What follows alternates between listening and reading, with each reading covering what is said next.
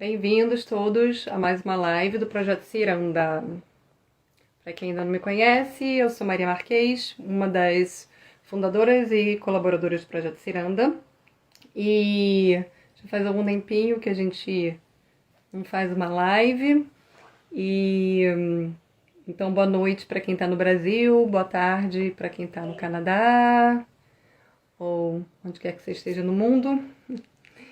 E então, gente, a live de hoje é uma live que eu queria, na verdade, ter feito alguns meses atrás. Acho que foi em agosto, que foi quando é celebrado na verdade, é o Dia de Conscientização, o Dia Mundial de Conscientização dos Transtornos Alimentares. Né? Então, o tema de hoje são desmistificando os transtornos alimentares, que muitas vezes pode passar desapercebido ou pode não ser levado a sério. E então, para falar sobre esse assunto hoje, a gente convidou a querida Junho. Obrigada, Simone. Foi em junho. Já tem algum tempinho, né? E então a gente está convidando a Simone Freitas. Simone, eu vou te apresentar e já te chamo aí, que o pessoal ainda está entrando aí devagarzinho. Mas então a Simone é psicóloga clínica, mestrando em psicologia, é mestre em psicologia social, coordenadora da Clínica de Estudos e Tratamento de Transtornos Alimentares da Santa Casa do Rio de Janeiro, no CETAL, e professora de Psicologia Médica e Saúde Mental na Universidade Estácio de Sá, tá? Então, vou chamar a Simone. Ah, Simone, calma aí que eu vou te chamar, só um minutinho, tô vendo como eu vou te chamar aqui. Achei você. Bom, aqui, pronto, mandei o convite. Oi, Olá, querida. tudo Ó, bom, Maria? tudo bom? Como é que você tá? Tudo bem, prazer te ver. Pois é, depois de Sim, tantos à anos. distância, mas, né, depois de tantos anos, amiga querida, trabalhou conosco no CEPAL, né? É, pois é, foi 2000 e eu tava pensando aqui antes de falar, gente, falei, quando foi? Acho que foi 2006, 2007. É, foi algo 2007, assim, foi algo assim. Eu não vou lembrar realmente, mas foi o que eu me não lembro lembro, da né? sua participação. Não, de você eu lembro. Eu estou falando que eu lembro o ano, mas a sua Sim. participação eu me lembro que foi muito boa. Como que eu Ah, sei de você? obrigada. Foi, nossa, uma experiência incrível, assim, para mim, realmente, trabalhar. Eu fiz treinamento profissional, então, para quem não sabe, eu me formei em nutrição, né? E aí eu já estava trabalhando, já tinha me formado, e eu fui fazer treinamento profissional lá no, na Santa Casa com a Simone, Ah, com o pessoal todo. A doutora Fátima continua lá? continua chefe de clínica, né? E continua lá, firme e forte. Thalita continua. Thalita, continua. Uhum. Uau, É, muito legal ver. muitas, muitas pessoas que estão há anos juntas, né? Trabalhando. A Cláudia Peter disse que ia entrar aqui, talvez ela entre, não sei se entrou. Ah, Cláudia, sim, É, maravilhoso. Nossa, equipe muito nota 10 assim, foi super aprendizado para mim, foi maravilhoso. Eu só realmente saí porque destino me levou para outras é marés, verdade. né? Às vezes a gente. Mas eu tava assim super feliz, tava sendo incrível. E eu acho que eu até vou poder compartilhar à medida que a gente for falando aí um pouquinho também de, se não só profissionalmente, mas pessoalmente tive uns insights né, na minha experiência lá que foi bem interessante. Uhum. E, mas Eu então, que agradeço assim, de estar aqui falando, você me convidar para estar falando para, né, para as pessoas daí, porque eu amo falar sobre transtornos alimentares. pois é, não, eu fiquei super Então, feliz quando você aceitou, porque eu falei, bom, sei que eu tô falando com a pessoa certa, né, que tem experiência, que tem propriedade para falar, assim, então nossa, um super honra e privilégio ter você aqui colaborando no nosso eu projeto. agradeço. E por que isso, né? Assim, eu acho que é importante, né, realmente em junho, quando eu vi, falei, pô, é um assunto importante de a gente falar, quando a gente fala, porque é saúde física e mental, né? Assim, quando a gente pensa em transtorno alimentar, realmente envolve todas essas dimensões da saúde, né? Várias dimensões, né? Todas praticamente, familiar também, né? Social.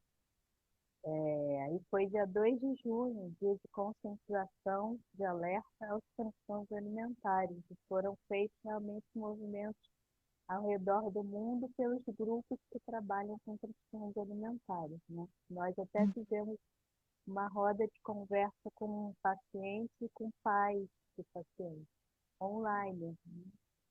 Esse ano ainda fizemos online. Não, ano passado fizemos. Ai, maravilhoso. Muito legal. É, eu vi que Esse você me ano, mandou, né, durante a pandemia, se vocês continuaram, né, ativos, fazendo atendimentos, consultas, grupos online, né? sim, continuamos durante a pandemia, eu acho que um ou 2 meses, não paramos praticamente, né? Só um mês, talvez. Aí alguém teve a ideia de fazer os atendimentos online, né? E a gente começou. A gente Muito. atendeu durante toda a pandemia apenas online. Uhum. É, necessidade do mundo se reajustar, né, se reorganizar. Ô, Simone, só para, pois é, para mim, para mim, sua voz está um pouco baixa, e o Dilson aqui tá comentando também que sua voz está um pouco baixa. Então, não sei se você tem como aumentar o volume do seu microfone.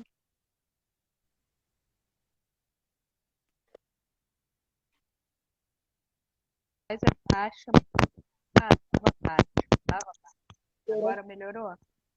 Melhorou. Ah, Melhorou, estava pessoal? baixa aqui. É, para mim melhorou sim. Tá, e vou tentar falar alto que a minha voz é baixa. Apesar de toda a experiência de falar em público, palestrar, né? Tem pessoas que têm voz mais forte, né? É, Mas verdade. então, se a gente aprofundar ali, né, nos serviços, na forma de tratamento, fala um pouquinho pra gente, assim, o que, afinal de contas, para quem não sabe, nunca ouviu muito bem falar, ou, né, não sabe exatamente o que são os transtornos alimentares. Então, os transtornos alimentares, tá bom, Tom? Ou tá Isso. baixo ainda? É. Tá bom ou tá baixo? Agora tá bom, agora tá, para mim, agora Tá. Os transtornos alimentares, eles são transtornos psiquiátricos, ou seja, transtornos do campo da saúde mental, mas que afetam toda a parte clínica de um jovem, de um adolescente, atinge todas as idades, todas as raças, todos os níveis socioeconômicos e se baseiam começam com, em geral, com uma grande preocupação com a alimentação e com o corpo. E aí a pessoa vai adotar comportamentos alimentares que não são saudáveis, como, por exemplo, a restrição alimentar, a pessoa parar de comer determinados alimentos, ou até a bulimia, que envolve compulsão alimentar, são episódios de descontrole e a gente chama de métodos compensatórios, que são provocar vômitos, usar laxantes, fazer exercício em excesso.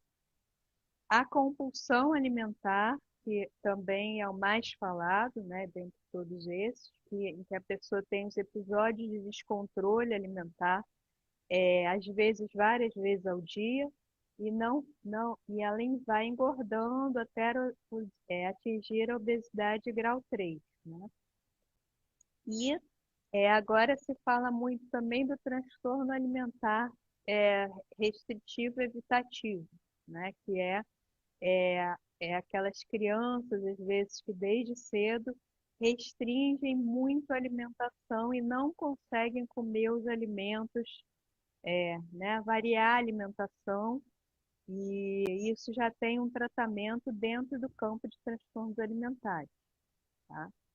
Então, no geral, assim, são transtornos que envolvem muitos fatores, não existe uma causa conhecida, existem fatores biológicos, genéticos, psicológicos, sociais, familiares, que causam esse desenvolvimento em algum momento da vida, em geral, no jovem, tá? E Uhum, muito mais em mulheres.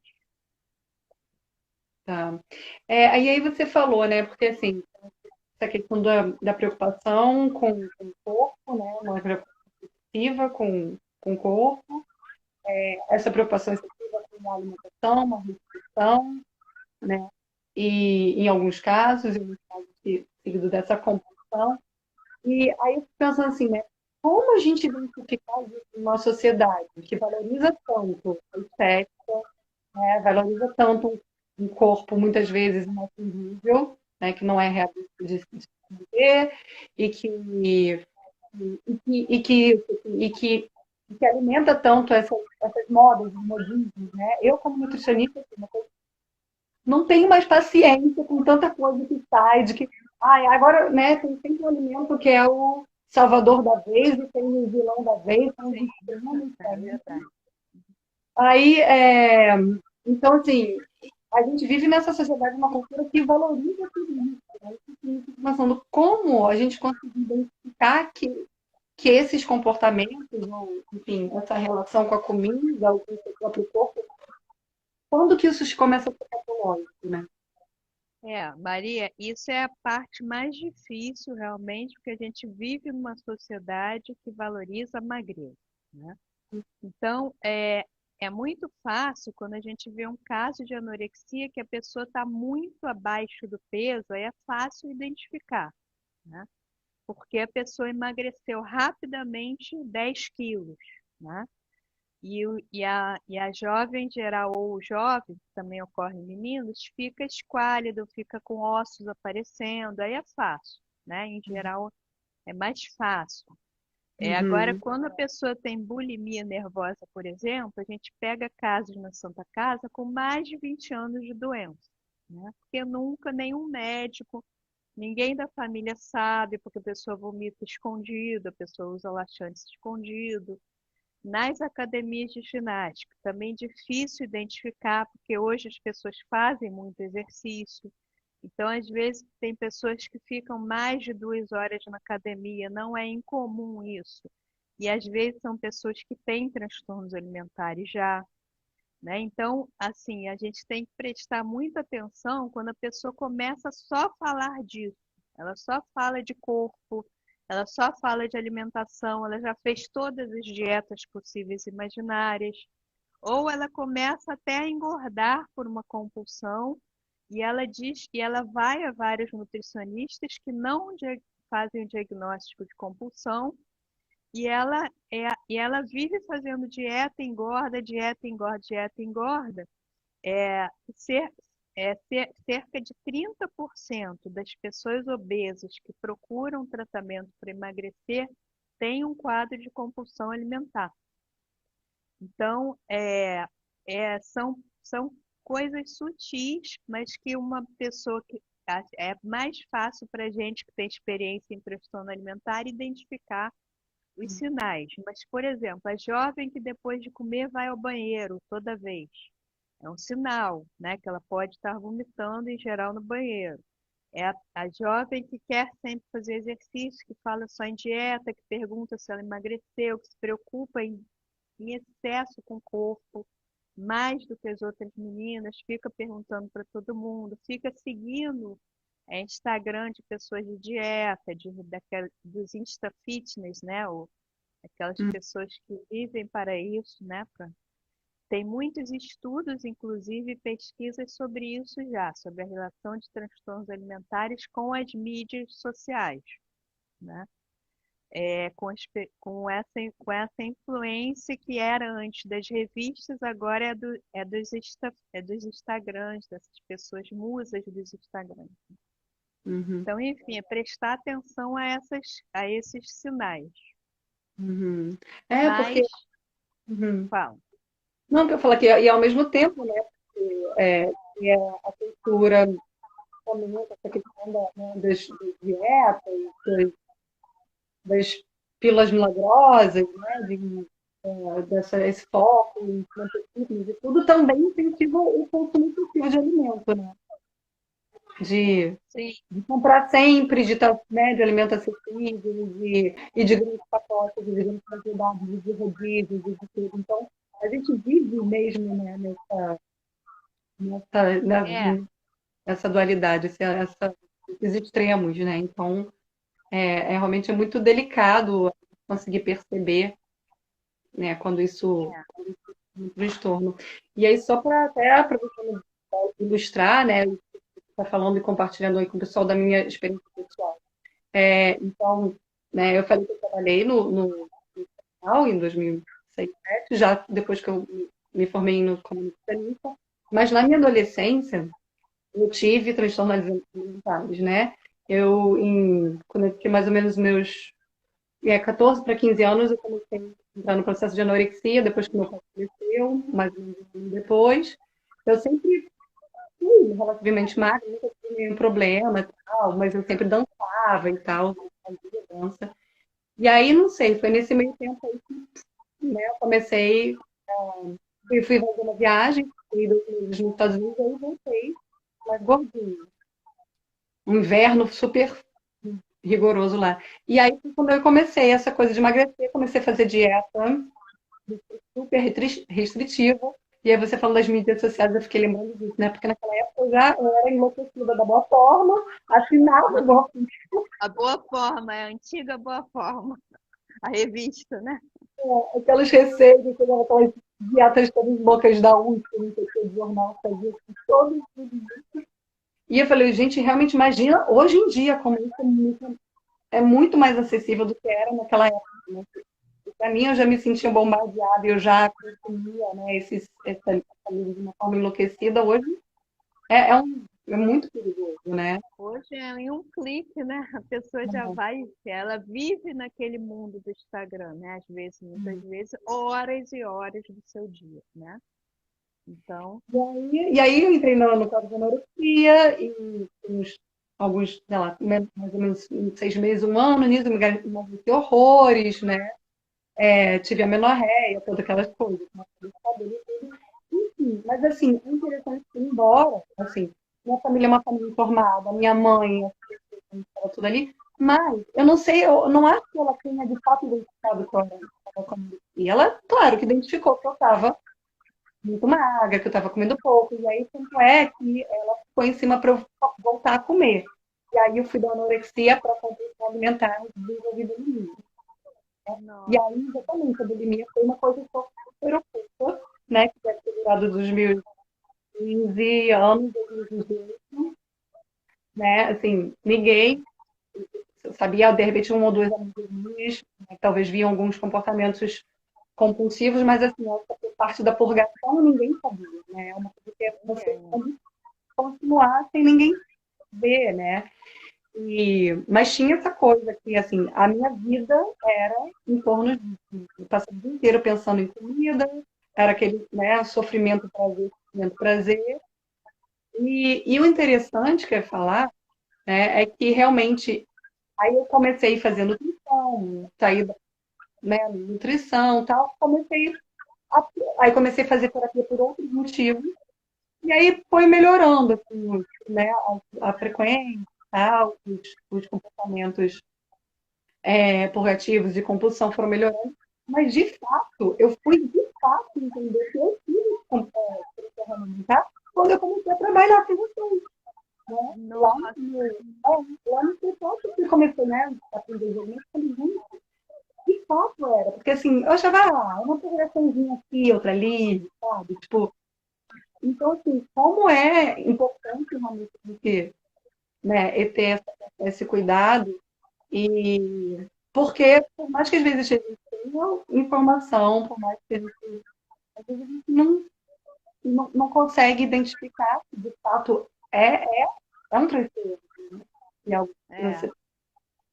porque é difícil mesmo, né? Por isso que existem agora muitas educações para famílias, né? Hum, Assim, até existe, eu passei hoje no grupo, uma abordagem assim de como aumentar a autoestima das crianças, que depois eu te passo, é um grupo que a Cláudia até me passou do congresso que houve agora em Monterrey, e Hum, como esse existem muitos trabalhos de TED Talks, chamam, né?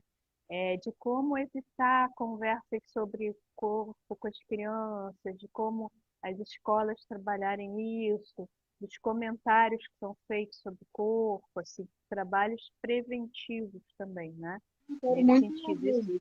Muito legal. Isso, isso é muito feito assim ao redor de todo mundo. Não é mais aquela palestra na escola e tal. São feitos trabalhos com as famílias, para as famílias trabalharem a autoestima, a autoimagem, desde quando as crianças são pequenas, e por volta de 9, 10 anos, né? É Uhum, quando a gente pega algumas crianças, né, já na Santa Casa com 9, 10, 11 anos, isso há alguns anos já, né? A gente uhum, pega crianças mesmo com anorexia nervosa.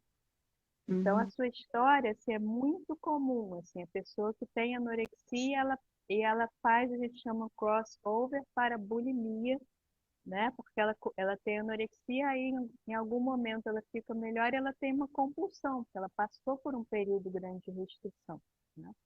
E aí, depois da compulsão, ela tem a ideia da purgação, né? uhum, E aí começa a bulimia, né? Que é muito mais perigosa nesse sentido, embora a anorexia seja mais mortal, né? Leva mais mortalidade à anorexia, mas a bulimia pode ficar escondida por muitos anos e a pessoa não ter consciência que ela tem uma doença, embora hoje já seja mais falado, né? uhum, uhum, Então, essa sua história assim, é muito comum até hoje.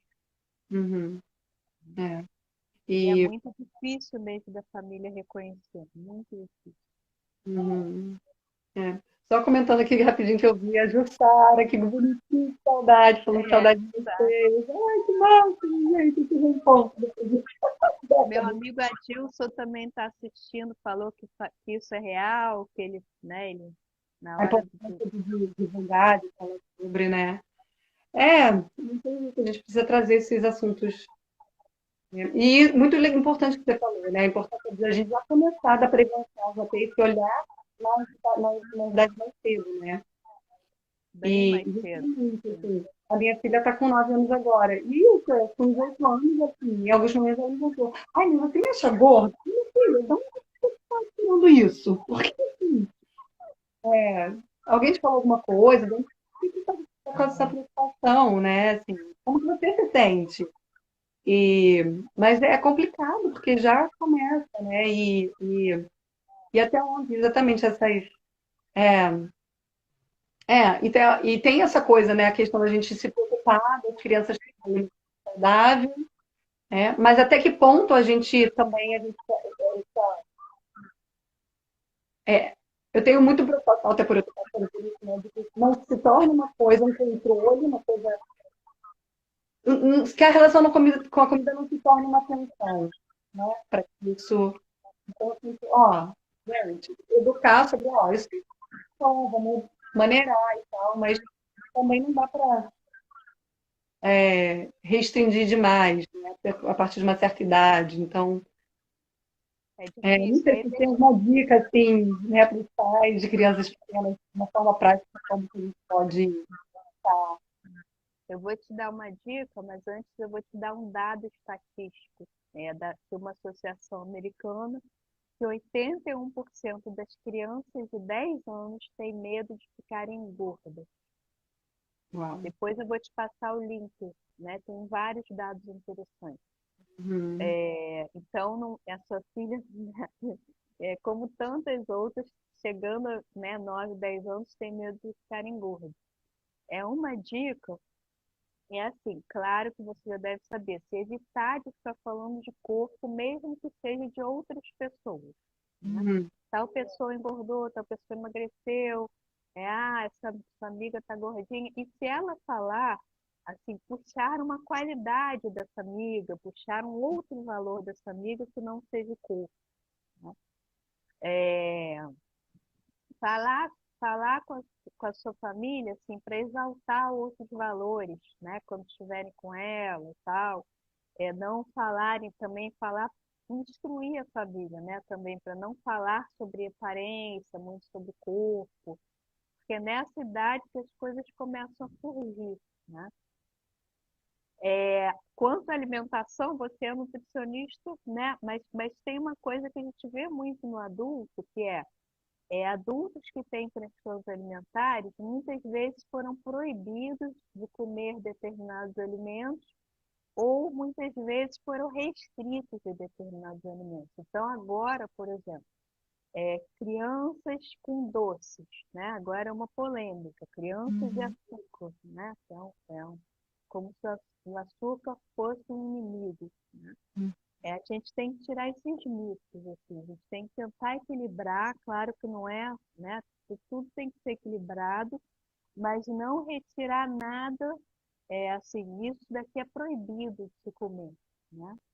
Porque a criança pode ter uma compulsão futuramente com açúcar, com doce, porque ela vai entrar na escola e ela vai comer escondido. Isso é o Uhum. que acontece, né? Com essas crianças que lá atrás foram proibidas de comer doce. O som ainda não está bom, estou dizendo aqui. Ah, é? O som não está legal. Então, eu Tá estava ouvindo bom, bem. O melhorou. Adilson. É. Então, a proibição, que é isso, a Dilce perguntou, sim, tem pais que proíbem filhos de comer doces, né? Agora existem pesquisas reais sobre o perigo do açúcar, né? Você deve saber melhor do que eu, mas tem que ter um equilíbrio dos pais, assim, que a criança vai à festa infantil, a criança vai a outros lugares que tem outros tipos de alimentação, e ela tem curiosidade em comer, né? Então, eu acho que isso é uma grande dica, assim. E Uhum. exaltar outros valores e com relação a... Eu vou te mandar esse manual, que tem até um manual feito já sobre isso da autoestima, para a família trabalhar com a criança. Tem vários exercícios de como aumentar a autoestima da sua filha de 9, 10 anos. É fantástico. Tem Ai, vários livros para mandar. uhum. Né? Com Mas certeza. seria isso, assim, eu acho que é desde criança você mostrar que aquilo... E outra coisa, quando estiver vendo filmes, séries, né? Que criança de 10 anos já vê, já, às vezes já passou da idade do desenho, né? Então, se ela fizer algum comentário, você aproveitar essas séries para exaltar outros valores, que não o corpo. Uhum. E se Sim. ela fizer comentário, você também corta esse comentário e fala assim, ah, mas vamos ver tal coisa, será que essa pessoa é legal? Ela está sendo legal? Ela está sendo generosa? Né? Uhum. Exaltar valores diferentes da aparência. Isso Perfeito. conta muito. Uhum. E muitas vezes isso vai reforçar os nossos próprios conceitos, né? A gente vai estar falando para a Vai, gente mesmo, né? exatamente, exatamente. Porque o que que a gente vê muito, Maria? A gente vê mães extremamente preocupadas com a própria aparência. E aí Uhum. elas falam da própria aparência o dia inteiro, e aí o que que vai acontecer com a filha? Né? A filha vai ficar extremamente preocupada com a sua aparência também, né? E vai criar até uma distorção da imagem, né? Uhum. É a Sim. partir da percepção da mãe do seu próprio corpo, né? Isso acontece muito, muito. Né? Ou a Então, mãe de fato, a relação da mãe com o corpo existe essa relação. Isso meio que a criança, os filhos acabam tendo isso. E vai refletir como ele. existe total, porque para a mãe, né? A mãe fica mais com a filha em geral, mas pode ser um pai também, mas a gente fala da mãe porque a mãe é mulher com a menina, Uhum.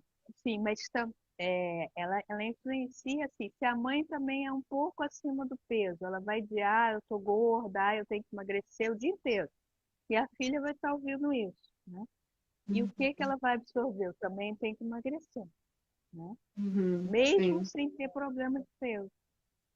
Uhum. E a gente está A falando aqui distorção. mais, né? Comentário aí. Calma que eu me perdi A aqui. distorção de imagem, o que que você quer dizer? Ah, o que que é distorção de imagem? Isso. Vou falar. É, é a distorção da imagem do corpo, é quando a pessoa ela começa a se ver mais gorda do que ela é, ou se sentir mais gorda do que ela é, ou ver em partes do corpo dela, por exemplo, eu tenho uma barriga enorme, eu estou com uma barriga flácida, eu estou com uma barriga nojenta, mas na verdade aquela pessoa não está com essa barriga, né? Ela Uhum, está se sentindo assim, ou ela está se vendo assim no espelho. uhum, Ou eu estou gorda, mas na verdade aquela pessoa está muito abaixo do peso, mas ela se sente gorda, ou ela se vê gorda. É quase a nível psicótico, né? Mas a gente chama do sintoma de distorção da imagem do corpo, tá? uhum. Isso é Pessoas possível mudar ao longo da vida? É trabalhado com terapia? Como é que trabalha isso? é trabalhado na terapia de transtornos alimentares, né? Todos os especialistas em transtornos alimentares trabalham isso em psicoterapia. E às vezes até o nutricionista trabalha isso também, tá? Uhum, A gente tem hoje conhecimento de técnicas para trabalhar a imagem corporal, são inúmeras técnicas. E a uhum, gente trabalha de acordo com o paciente, depois de um vínculo, né? Depois de um tempo de tratamento, a gente necessariamente tem que trabalhar a imagem corporal, porque sempre uhum, tem algum grau de distorção, tá? De leve uhum, a grave. Então a gente uhum, sempre tem que trabalhar. E é o sintoma mais difícil de reverter. É o sintoma uhum. mais difícil. E quando, no caso, de, por exemplo, de uma obesidade grau 3, pode existir ao contrário, a pessoa não se conseguir se ver Pode. tão gorda quanto ela está, tão Em assim. geral é assim. Em geral é assim, né? Na obesidade, o que a gente fez muito, eu não sei se você pegou o tempo que a gente fez ao longo de todo o nosso trabalho, a gente fez grupos de protocolo de obesidade, grupos com compulsão e tal. Ao Uhum, longo de todos esses grupos, a gente constatou, e as pesquisas também mostram, que os obesos, as pessoas obesas, acima do peso, elas têm uma distorção ao contrário. Elas se veem mais magras. Isso por diversos fatores, dentre eles um, é que a pessoa ela não, ela evita se olhar no espelho, né? Então ela olha em geral, quando ela está acima do peso, ela olha o rosto, ela olha daqui para cima, ela evita se olhar no espelho. Então existe uma uhum, distorção ao contrário, né? uhum, Ela se sente mais magra, se vê mais magra. uhum. E uma outra coisa que eu tô lembrando, assim, que existe também, é comum, quando a pessoa tem compulsão também, de ter uma dissociação, assim, dela com o comportamento dela, das vezes a pessoa não, nos episódios compulsivos, ela não tem a consciência de que ela está no meio daquela episódio compulsivo. Como é que acontece isso? Ela não ter a consciência, está dizendo? Eu não ouvi direito. Acontece. Da pessoa que tem compulsão, ela dá essa dissociada, né, com o próprio comportamento, e ela não tem a consciência de que realmente ela teve aquele episódio compulsivo, meio que ela esquece, né? Tem isso um pouco, não na compulsão alimentar clássica. Na compulsão alimentar Hum, clássica, ela tem um nível de associação, às vezes ela não sabe se exatamente tudo que ela comeu, para anotar no diário alimentar, por exemplo, que é muito rápido, né? Mas ela sabe que ela teve um descontrole, tá? Ela sabe que às vezes a pessoa relata assim, eu me sinto um animal, eu me sinto um bicho, né? Ela sabe que ela tem uma coisa ali que ela não consegue controlar, mas ela não tem consciência que é a compulsão alimentar, tá? uhum, Que isso é uma tá, doença. Agora, tá. na síndrome do comer noturno, aí existe uma maior dissociação, que é a pessoa que tem um tipo de compulsão que é noturna. Ela acorda, né? Ela come um monte de coisas e aí ela de manhã ela tem uma certa dificuldade em lembrar. Mas isso Uhum. é um tipo que se chama síndrome da compulsão noturna. Na compulsão Tá. alimentar, que a pessoa tem vários episódios, ela tem vergonha, ela não come na frente das pessoas quando ela vai ter uma compulsão, descontrole. Então, ela sabe que ela tem um descontrole, ela se Uhum. sente mal, mas às vezes ela não tem esse nome, eu tenho compulsão alimentar, tá? Uhum. Uhum. Tá. Só pegando aqui alguns comentários, né, tem aqui um comentário falando sobre a maior dificuldade foi reconhecer a obesidade mórbida, que foi difícil, né? Aquela, quando a gente está falando dessa questão da pessoa se ver, né? Com o corpo, reconhecer, né? O tamanho que ela tem, né? E aí também tem um comentário aqui para trás, eu não sei se foi isso que eu entendi, mas eu acho que é alguém perguntando como que é quando a gente está falando muito da relação da mãe com o seu corpo e como isso impacta na filha, né? E como seria um contrário, não sei, como isso impacta se for a mãe com um filho homem, ou se for de um pai, isso muda? Também existem estudos, assim, pesquisas que mostram que pais obesos podem causar um medo maior no filho com relação ao próprio corpo, tá? Que é, Filho homem. repetindo, detalhado, pais obesos, Pais obesos podem causar um medo ou uma predisposição maior em filhos homens a terem um transtorno alimentar, hum, tá? Existe essa relação com pais. Isso de uhum, mães, eu estou dizendo, é, é com baseado na prática, na nossa prática, né? Mas existem pesquisas assim da própria relação mãe-filha, que é uma relação que a gente chama de simbiótica, uma relação em que a mãe não deixa a filha se tornar independente, não porque não deixa, mas ela é uma mãe invasiva, é uma mãe super protetora, ela não deixa a filha se desenvolver como pessoa, tá? Isso tem tá, toda uma explicação psicanalítica que eu não vou entrar aqui.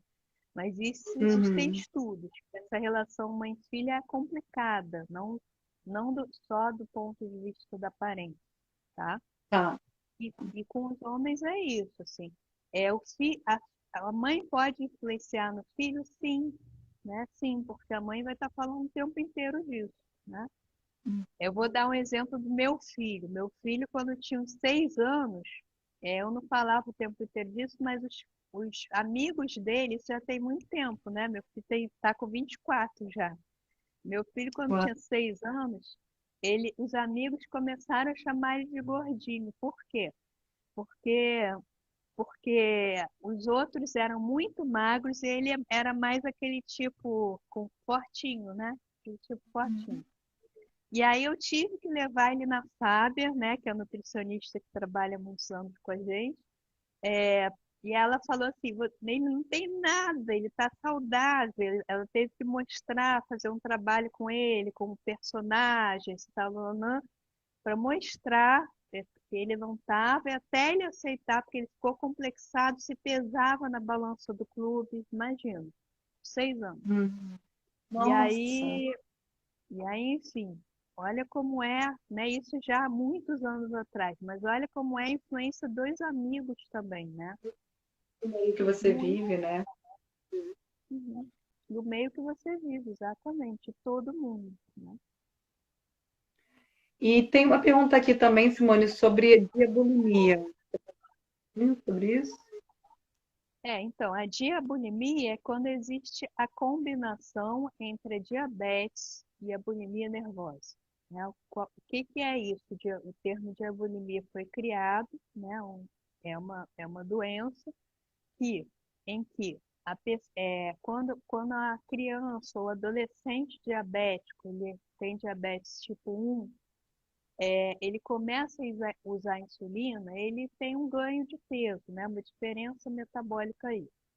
E às vezes ele começa a deixar de usar doses de insulina para, com o fim de emagrecer. O adolescente, né, especialmente, começa a deixar de usar doses de insulina com o fim de emagrecer, ele pode também vomitar, Mas a diabulimia é exatamente isso, é não usar o quanto ele precisa de insulina ou deixar de usar insulina para emagrecer. Isso é considerado um transtorno alimentar, tá? Uhum. Mas ainda não tem como classificação diagnóstica. E aí a gente deu o nome de diabulimia. A gente, inclusive, eu, a Cláudia Piper, a Alexandra Araújo, que é uma outra psicóloga que infelizmente faleceu, a gente escreveu um livro sobre isso, que a gente lançou em 2012, se eu não me engano. E é isso, a diabulimia é simplesmente nas pessoas que têm diabetes tipo 1. Uhum. Desculpa, que falhou um pouquinho. Você falou que lançaram um livro sobre economia? Lançamos um livro, posso te mandar depois, em 2012 ou 2013, que é sobre diabulimia, que a gente explica todos os transtornos alimentares do que é a diabulimia, né? Que é isso, deixar de usar insulina é um método compensatório, na verdade, igual vômito, igual os relaxantes, nas pessoas acometidas pelo diabetes, tá? Uhum. Então, por isso que é chamado de bulimia. Tá, Seria a bulimia nervosa do diabetes, né? Exatamente. tá. É, então, você pode falar um pouquinho dos riscos dos transtornos alimentares? Você falou um pouquinho, né, que a anorexia é mais mortal, né? Os riscos de morte é maior, tem uma perda de peso muito grande, perda de massa muscular, né? Com todos, enfim, os tecidos, você pode falar melhor, todos os tecidos ficam comprometidos. Ó, então, os riscos são quase em todos os sistemas do organismo. Assim. Vou falar no geral, mas são muitos. Assim. Existem Uhum, complicações mais típicas da anorexia e mais típicas da bulimia e as complicações da obesidade, que aí a compulsão entra, né? Mas os mais típicos, assim, que eu posso te falar que são visíveis, perda de cabelo, unhas fracas, a pele fica ressecada, os vômitos, eles causam problemas gastrointestinais, eles causam aquilo que a gente chama que é um sinal visível, né? Os vômitos causam calosidade na mão, que é chamado esse sinal de Russell. Então é muito bom para pais verem, né? Quando verem uma coisa assim, porque é o vômito, né? A maioria das vezes provoca assim. Os vômitos causam uma inflamação nas parótidas, então o rosto fica meio inchadinho dos dois lados do pescoço. A pessoa vai ter problemas gástricos, a pessoa pode ter problemas cardíacos do tipo. Na anorexia nervosa, o coração fica bradicárdico, ele fica. é, Tudo funciona mais lentamente, né, no organismo. Então, a pessoa pode ter arritmias cardíacas e ela andando na rua, ela pode ter uma parada cardíaca e morrer, né? Por exemplo, na anorexia nervosa. Então, uhum, por isso que eu disse que a anorexia nervosa é mais letal que a bulimia nervosa. Mas a bulimia nervosa, por exemplo, que é muito assim, pessoas de 20 e poucos anos já perderam esmalte dentário e já perderam dentes definitivos. Osteoporose em idade muito jovem, né? Infertilidade, né? A pessoa pode ficar infértil se ela ficar sem menstruar anos, ela vai ficar infértil para o resto da vida. Né? uhum, Então, são complicações muito graves. uhum, Né? Esses são alguns exemplos apenas, mas tem muitos, né? Quase todos os sistemas do organismo. uhum. Aí, tá. E aí, passando então, né? Deixa eu fazer um comentário. Alguém falando aqui, né, de uma pessoa agradecendo que precisou sair, falando do trabalho, que é um trabalho muito sério, então que você merece todo o respeito e seriedade, toda a classe Obrigada. científica, a maior parte falta de tratamento com remédio, sendo assim, falta apoio. A maior parte trata de tratamento. Exatamente. Então, Alguém falou que quer saber sobre o tratamento de remédios, é isso? ele falou assim, lembrando, a maior parte trata de tratamento sem remédio. Sendo assim, apoio. Não sei se eu entendi muito bem. Mas eu acho que eu ia falando que isso, a maior parte, talvez, do tratamento é intervenção, né, multi. multi, Isso é profissional, importante. interdisciplinar, mas imagino que em É, alguns casos também precisa de remédio, né, Simone? precisa. É importante comentar que na nossa equipe, em todas as equipes de transtornos alimentares, tem um psiquiatra, no mínimo, um clínico, um nutricionista e um psicólogo para tratar uma paciente. A gente tem vários, né, na verdade. Mas precisam dessas 4 classes de profissionais, nenhuma pode faltar. Às vezes é necessário remédio, por quê? Porque a pessoa tem comorbidade, ela tem junto uma depressão, quadro de ansiedade, às vezes para a própria anorexia, para a própria bulimia, é, é preciso administrar remédio. Para a compulsão alimentar, especialmente, existem remédios já aprovados para compulsão alimentar. Então, é importante o remédio, sim, Uhum, junto com a psicoterapia, junto com a nutrição, junto com a avaliação e tratamento clínico. Tudo uhum, isso, tá? tá. No mínimo. Uhum. E esse tratamento com remédio é comum? Assim, não precisa a pessoa é um tratamento crônico ou como que é a sua experiência? Você vê é algo que é preciso de um... Meu Deus, gente, não, vai, então vai, gente, só um minutinho. Coisas de As live. maravilhas da live, é seu pai. As maravilhas da live. O que que aconteceu? Ó, todo mundo aqui, dá um oi agora, dá um oi. Para, para. Todo mundo entrou para participar da live. Maravilhoso, gente.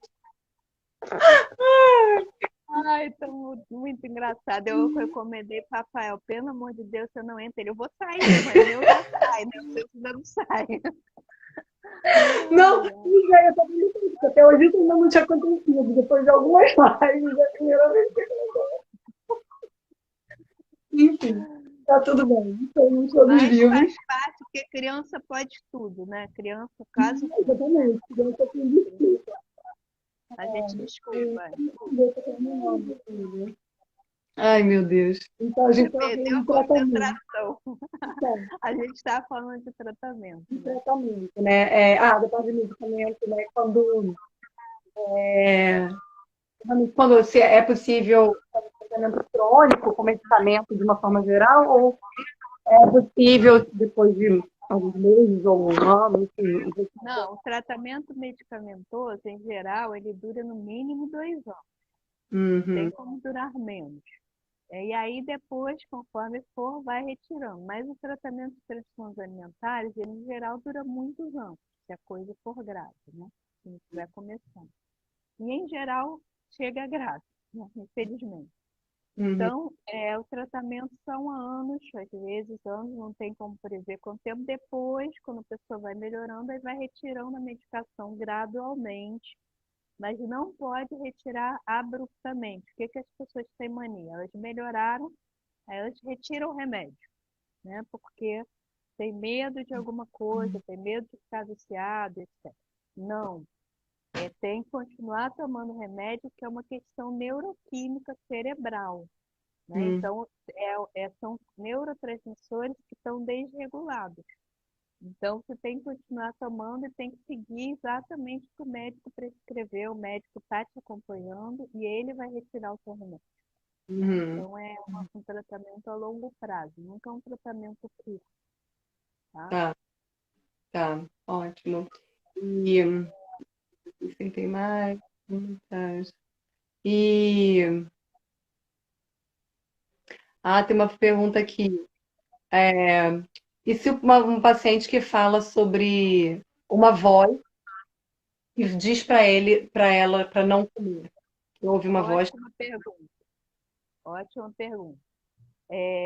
Isso é um caso mais de uma psicose, de uma esquizofrenia. A gente já teve uma paciente que veio até para a Thalita, falando assim, isso é anorexia nervosa.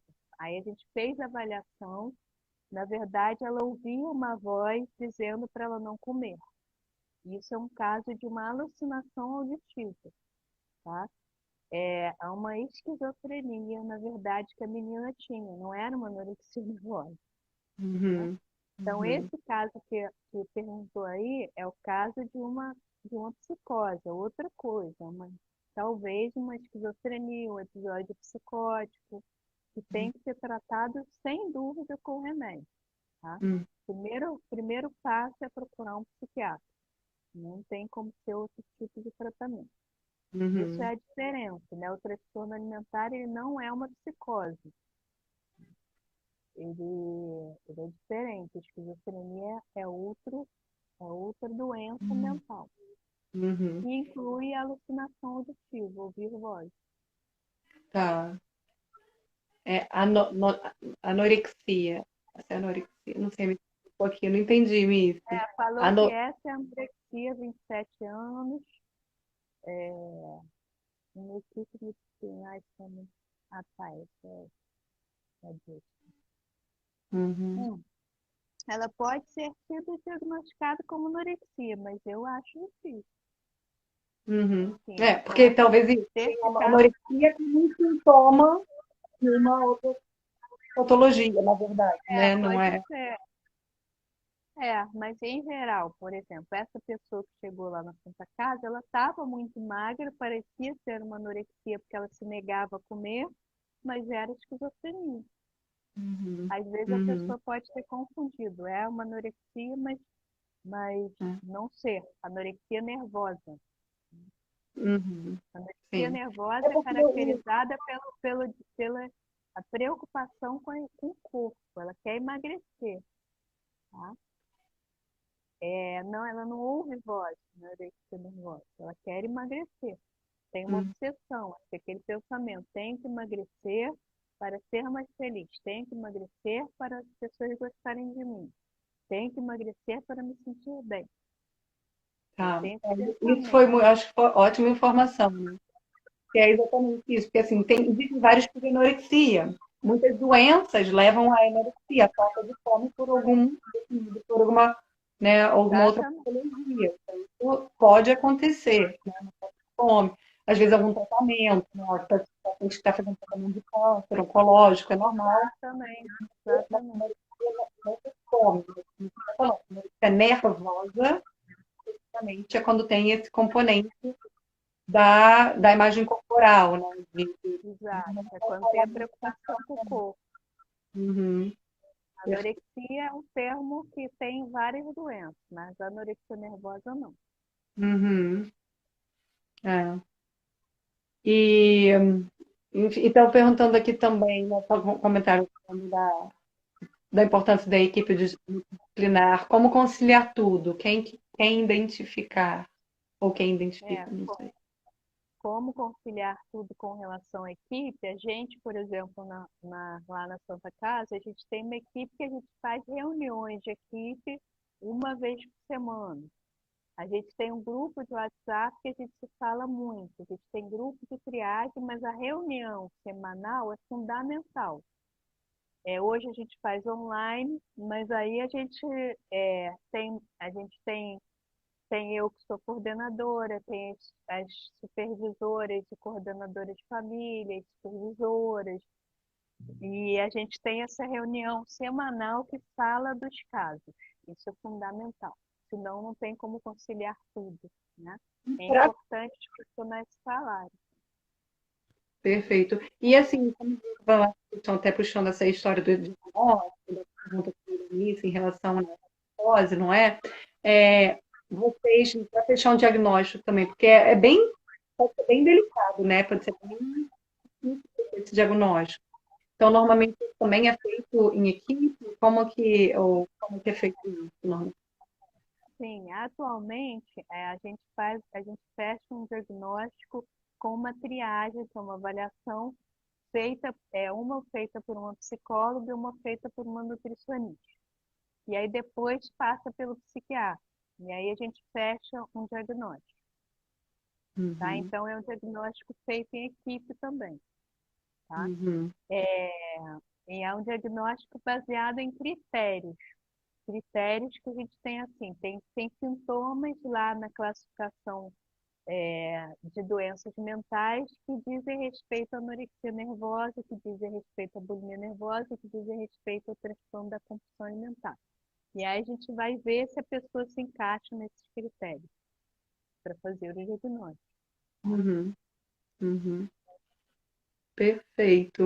Ah, deixa eu ver.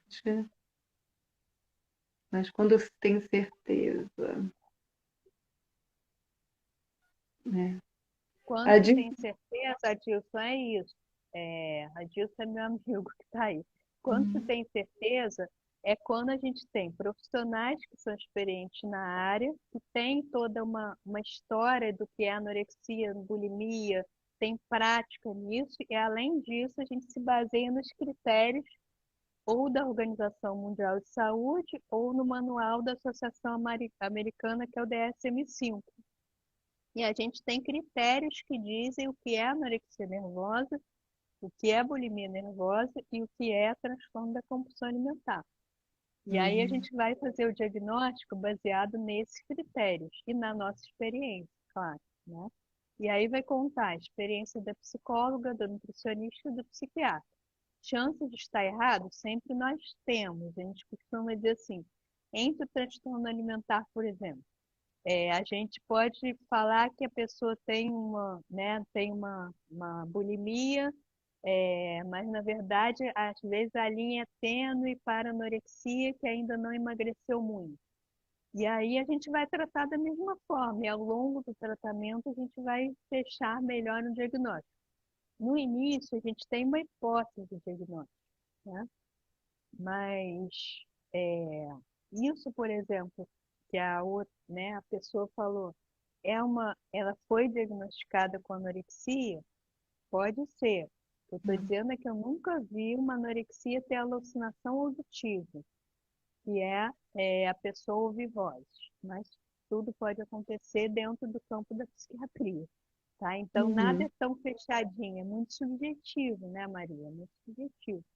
pois é. Psiquiatria é um campo, é uma área subjetiva. Então, a gente Uhum. pode encontrar tudo, assim. A cada ano que eu trabalho, eu vejo uma história diferente, eu vejo um sintoma diferente. Eu acho que como tudo, né, assim, é olhar o indivíduo mais do que o diagnóstico, né? Ver o que que aquela pessoa precisa. Uhum, O diagnóstico, claro, ajuda você a te trilhar para onde você tem que ir, qual a melhor forma de tratamento e tudo, mas você vai construindo com o paciente também, né? sim, sem dúvida. Sempre Uhum. construindo com os outros profissionais da equipe, né? Uhum. Essa troca faz toda a diferença. Não tem como trabalhar separado, né? Sim, a Né? troca é fundamental, né? E aí, só para a gente estar terminando de fechar, mas aí só para que a gente estava falando, eu lembro, né? Porque eu tenho alguns casos dos individuais, mas tem alguns casos que tem um grupo, né, de Sim. apoio. Então, quais casos são normalmente tratados individualmente e quais casos se tem uma boa efetividade também do tratamento em grupo? Então, isso de acordo com pesquisas e de acordo com a nossa experiência, a gente trata anorexia nervosa e bulimia nervosa individual, e compulsão alimentar funciona muito bem em grupo. A gente já fez um protocolo de 4 meses para compulsão alimentar, protocolo que a gente criou, né? E a gente fez um grupo piloto, mas aí depois, logo depois, a gente fez, aliás, uns 4 grupos com esse protocolo de 4 meses. Deu super certo, aí depois entrou a pandemia. Na pandemia, a gente parou, no CETAL, a gente parou de tratar compulsão alimentar, porque a gente focou na anorexia e na bulimia, e até hoje a gente não voltou. Por quê? Porque a gente perdeu profissionais, saíram, né, alguns profissionais, poucos voltaram para o presencial, mas a gente já tem uma equipe, a gente está sempre treinando novas pessoas e tal para voltar para o presencial. A maioria voltou, mas com essa volta gradual, assim, de percursos que a gente teve ao longo do caminho, a gente resolveu focar na anorexia e na bulimia individual. E a gente teve resultados excelentes durante a pandemia também, só online. E Uhum. agora as pessoas falam, a gente está falando em voltar ao tratamento da compulsão, que era tão recompensador também, funciona muito bem em terapia de grupo e pode ser feito até online. A gente só tem que ter equipe para isso, né? A gente tem uma equipe, a gente, e e ir adiante, a gente vai adiante. Mas ainda não voltamos a tratar, mas é super bom em duplo, compulsão alimentar. Tá. É melhor do É, que individual, inclusive. legal. Boa. Tem uma última pergunta, não sei se dá tempo de abordar, que eu não sei se é uma pergunta que a gente precisaria talvez de uma live só para isso, se você achar que não tem tempo, enfim, pode até planejar uma outra, se for o caso. Mas perguntando de uma relação de trauma da infância, né, de abusos na infância, como um gatilho para a anorexia. Pode, sim, pode. Antes se achava que, por exemplo, abuso sexual, né, que é um trauma de infância muito grave. Antes se achava que tinha uma relação muito estreita entre abuso sexual e transtorno alimentar. Existem pesquisas sobre, mas o que a gente vê? Existem muitas mais pesquisas dizendo assim, que são abusos ou maus tratos ou negligência, ou bullying, morais, né? Assédios morais, muito mais do que efetivamente abuso sexual em relação com o transtorno alimentar, tá? Então, é muito mais é, bullying, assim, que a gente chama hoje, né? Maus tratos, negligência, assédio moral, quando criança. É muito mais importante nesse campo do que propriamente o abuso sexual, tá? Isso seria pela relação com a autoestima, como a autoestima da pessoa, talvez? Sim, também uma autoestima que é construída, né, ao longo da vida baixa, ela tem muita relação com o transtorno alimentar. Uma pessoa, o que tem muito a ver com a anorexia nervosa? Isso dá uma aula mesmo, né? O que tem muito a ver com a anorexia nervosa? Um perfil de personalidade muito certinho, muito controlado, muito perfeccionista, tem que ser tudo perfeito. É, isso tem uma maior predisposição a desenvolver anorexia nervosa, traço obsessivo compulsivo, tá? E a Hum, pessoa que é mais impulsiva, mais desorganizada, mais voraz, ela tem mais predisposição a desenvolver a bulimia. Mas tem muitos fatores, né? Tem hum, muitos fatores, mas não necessariamente a pessoa precisa ter um trauma na infância. Isso é tá. importante falar, tá? Hum.